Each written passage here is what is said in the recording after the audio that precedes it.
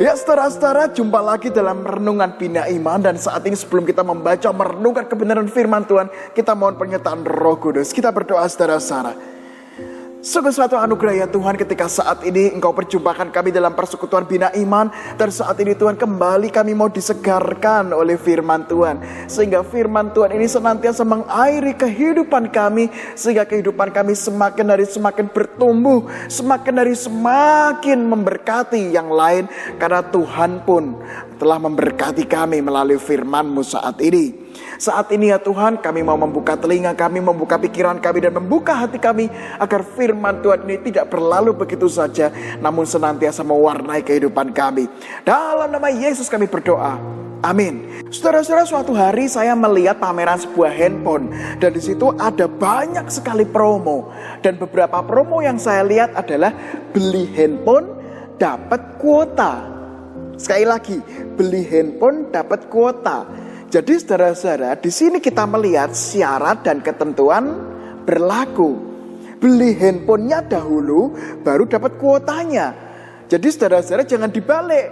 Beli kuotanya dulu atau kepengen kuotanya dulu. Bonusan kuotanya, tapi nggak mau beli handphone ya nggak bisa saudara-saudara. Yang utama adalah beli handphonenya dulu, baru dapat kuotanya. Syarat dan ketentuan berlaku. Nah dalam kehidupan ini pun demikian saudara-saudara. Orang bisa saja yang namanya meminta kesuksesan kepada Tuhan, meminta yang namanya berkat sama Tuhan, meminta sesuatu yang baik sama Tuhan. Itu gak ada yang salah, itu gak ada yang keliru saudara-saudara. Namun sekali lagi syarat dan ketentuan berlaku. Sama seperti ketika Tuhan berjumpa dengan Salomo melalui mimpi. Pada waktu itu Salomo baru saja menjadi raja. Dan ketika itulah ada sebuah cerita menarik dalam mimpi Salomo. Kita buka bersama-sama saudara-saudara di 1 Raja-Raja pasal yang ketiga ayat 11 sampai 15. Sekali lagi 1 Raja-Raja pasal 3 ayat 11 sampai 15. Demikian bunyinya. Jadi berfirmanlah Allah kepadanya, oleh karena engkau telah meminta hal yang demikian dan tidak meminta umur panjang atau kekayaan atau nyawa musuhmu, melainkan pengertian untuk memutuskan hukum, maka sesungguhnya aku melakukan sesuai dengan permintaanmu itu. Sesungguhnya aku memberikan kepadamu hati yang penuh hikmat dan pengertian, sehingga sebelum engkau tidak ada seorang pun seperti engkau, dan sesudah engkau tidak akan bangkit seorang pun seperti engkau. Dan juga apa yang tidak kau minta aku berikan kepadamu, baik kekayaan maupun kemuliaan, sehingga sepanjang umurmu tak akan ada seorang pun seperti engkau di antara raja-raja. Dan jika engkau hidup menurut jalan yang kutunjukkan dan tetap mengikuti segala ketetapan dan perintahku, sama seperti ayahmu Daud, maka aku akan memperpanjang umurmu. Lalu terjagalah Salomo. Ternyata ia bermimpi. Dan sekembalinya ke Yerusalem, berdirilah ia di hadapan tabut perjanjian Tuhan. Dipersembahkannya korban-korban bakaran dan korban-korban keselamatan. Kemudian ia mengadakan perjamuan bagi semua pegawainya. Nah saudara-saudara terkait nama Tuhan Yesus, ini adalah salah satu cerita yang mungkin dari sekolah minggu kita sudah dengar. Salomo gak minta apapun. Salomo dikatakan ya saudara-saudara ya, tidak meminta yang namanya umur panjang, tidak meminta kekayaan, tidak meminta nyawa. Tapi memintanya adalah hikmat untuk menentukan hukum. Nah, untuk memutuskan hukum.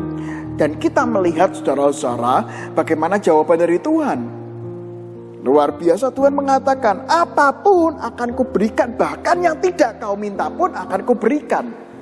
Namun saudara-saudara ada syaratnya. Ayat yang ke-14, jika engkau hidup menurut jalan yang kutunjukkan dan tetap mengikuti segala ketetapan dan perintahku. Nah sama seperti handphone dan kuota tadi saudara-saudara. Orang kadang-kadang kepengen kuotanya, pengen bonusannya, itu gak bisa. Kalau mau dapat bonusan harus yang pertama dulu, syarat utamanya dulu, yaitu beli handphone. Demikian pula saudara-saudara, kita boleh minta apapun juga. Bahkan yang namanya hikmat kekayaan boleh. Tetapi saudara-saudara, lihat cerita yang tadi kita baca. Yaitu apa?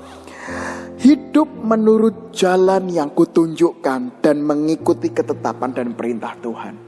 Inilah yang utama dalam kehidupan kita.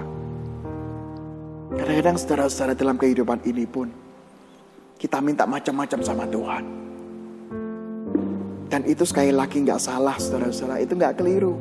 Tetapi hari ini kita mencoba melihatnya yang lebih luas lagi. Yaitu adalah apa? Yuk kita hidup dalam perintah Tuhan terlebih dahulu. Ikuti ketetapan Tuhan. Jangan sampai saudara-saudara kita minta apapun juga, tapi kita malah justru lupa syarat yang utama ini.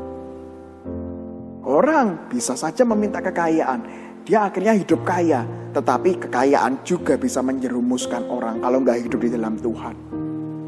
Orang boleh minta kesuksesan, dia akhirnya menjadi sukses. Tapi berapa orang yang kita lihat justru dengan kesuksesan itu justru jatuh dalam dosa. Orang minta yang namanya kekuasaan. Namun jangan lupa, ketika sudah punya kekuasaan, berapa orang, termasuk Salomo ini, justru apa yang terjadi? Dengan kekuasaan yang melimpah, dengan kekayaan yang melimpah, dengan berkat yang melimpah, justru hidupnya semakin jauh dari Tuhan.